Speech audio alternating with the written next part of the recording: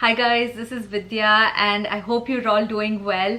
Today I'm going to explore another aspect of a child's play with you, which is open-ended play. If you've noticed that you're going to have to buy new toys every so often because your child is getting bored of them, and especially when you have to engage them for long periods at home like right now, I would encourage you to look at open-ended play and introduce your child to a few open-ended toys if you haven't done so already. So in this video I'll talk about what open-ended play is, what are some of the ways you can find open-ended toys, and some other things that you want to consider while buying open-ended toys for your kids. So let's get started. So if you're wondering what open-ended play is, because it has become a popular term these days, it basically means when your child is using things other than the way they were intended.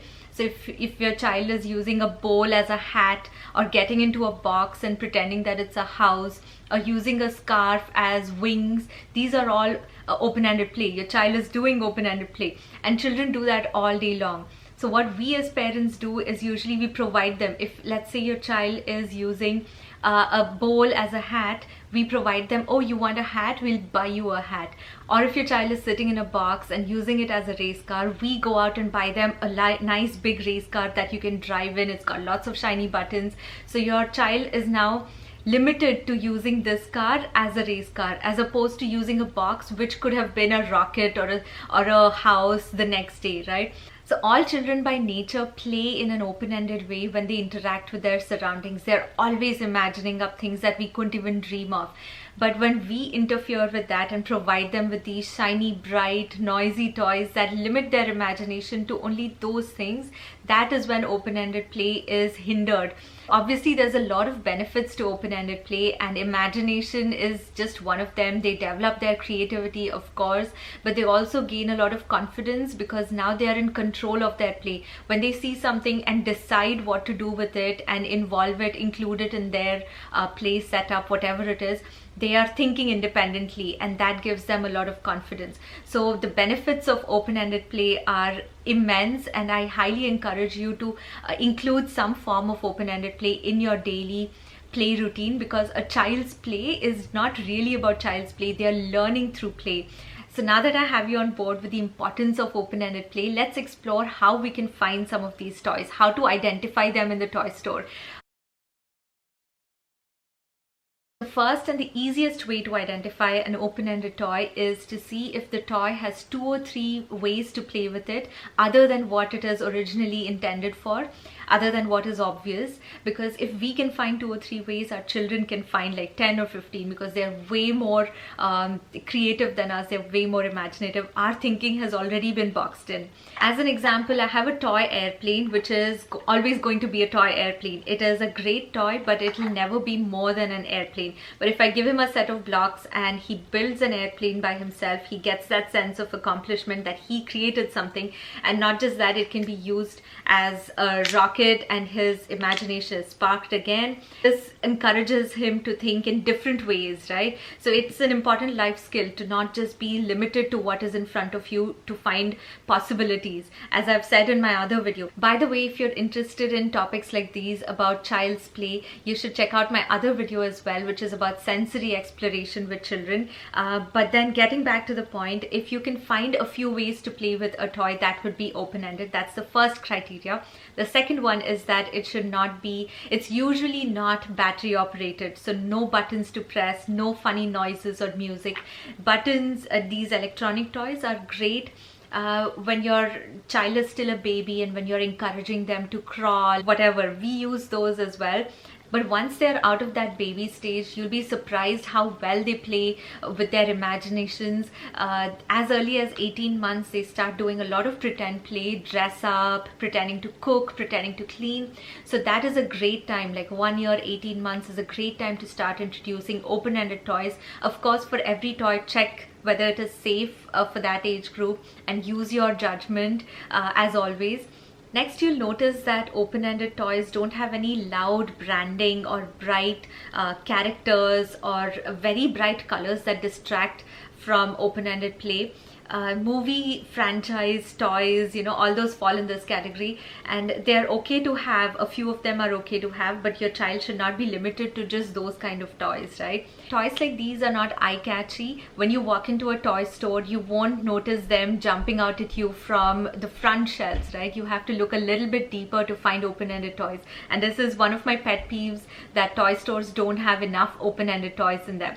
If you are investing in open-ended toys, because some of these are quite an investment, it's better to buy good quality ones because they should last a while, and they also don't have the instantly addictive nature that lots of other toys have. Like, they don't captivate a child immediately as much as, say, an electronic toy does. Let's say you give your child a fire truck which has lots of flashing lights and sirens and sounds and music. They're going to be instantly engrossed with it. They'll play with it for 2 days, and then it'll lay forgotten in the bottom of a box. If you give them a set of these wooden rectangles, for example, they'll be like, okay, what do I do with this? Especially if they are new to being exposed to open-ended toys and they're not used to imagining things for themselves. It'll take a little bit of time, but for sure don't be discouraged because they have it in them. So this is what I used to do when I initially started getting open-ended toys for my son. I think he was 1 year old.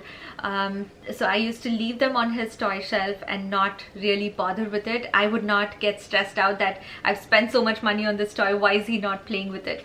It would take him a few months before he got into it. Some of his toys are like 2 years old and now they are in the center of his play.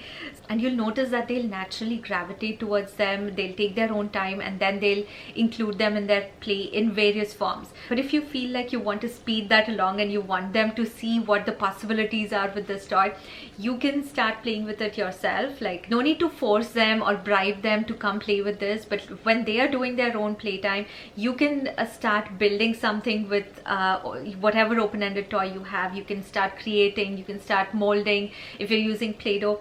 And just let them see, because they are observing everything, so they'll start looking at what you're doing and they'll be curious and they'll come join. Give them a few months with an open-ended toy before you say that it's not working for you. Another way to encourage it is by creating an invitation to play. So when they're napping or when they're distracted with other things, you could create a little play area with a few of their own toys reimagined. Like, you could use a little scarf as a roof and some wooden blocks as walls and create a little home with some animal characters. So they get to see that, okay, the blocks can be used as walls and a scarf can be also used as a roof. There's so many more examples, and it's amazing to see how these toys grow with your children. Like, when they are in the toddler age, they could be used for one thing, but as they go into preschool, they can be used for different things. Lastly, these toys also make for really great gifts, because parents, even if they buy open-ended toys, they would go for the basic set usually. So if you give them an expansion set of, say, magnetiles, it'll always be a welcome thing for children, and the more they have, the better, right? The more they can build with.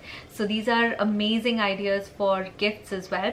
And if you are interested in what open-ended toys we have and we love in our home, be sure to watch the next video in this series where I'll talk about a lot of our favorites. And you don't even have to buy them, you just have to look around. You have to have an open mind to find these all around your home. I have a little bin full of loose parts for my son. Loose parts is just a fancy term for different odds and ends that you find around, either in your home or on a walk in nature, like sticks and rocks and leaves and acorns or pine cones, things like that. Or in your home, you could have old bottles with lids, different lids, measuring cups, different kinds of spoons, and all sorts of things that mixed up are a great resource for children to incorporate into their play in whatever fashion they want to. So it's a good thing to have a few of these at hand for your child to explore. I hope you're able to include more open-ended play with your child. And if you're curious to know what toys we have and love in our home for open-ended play, make sure you're subscribed to the channel and have that little notification bell icon on, so that you know when I upload that video. My schedule is a little bit all over the place, but in that video I'll talk about all of our favorite toys, and I'll see you in that one. Until then, take care. Bye.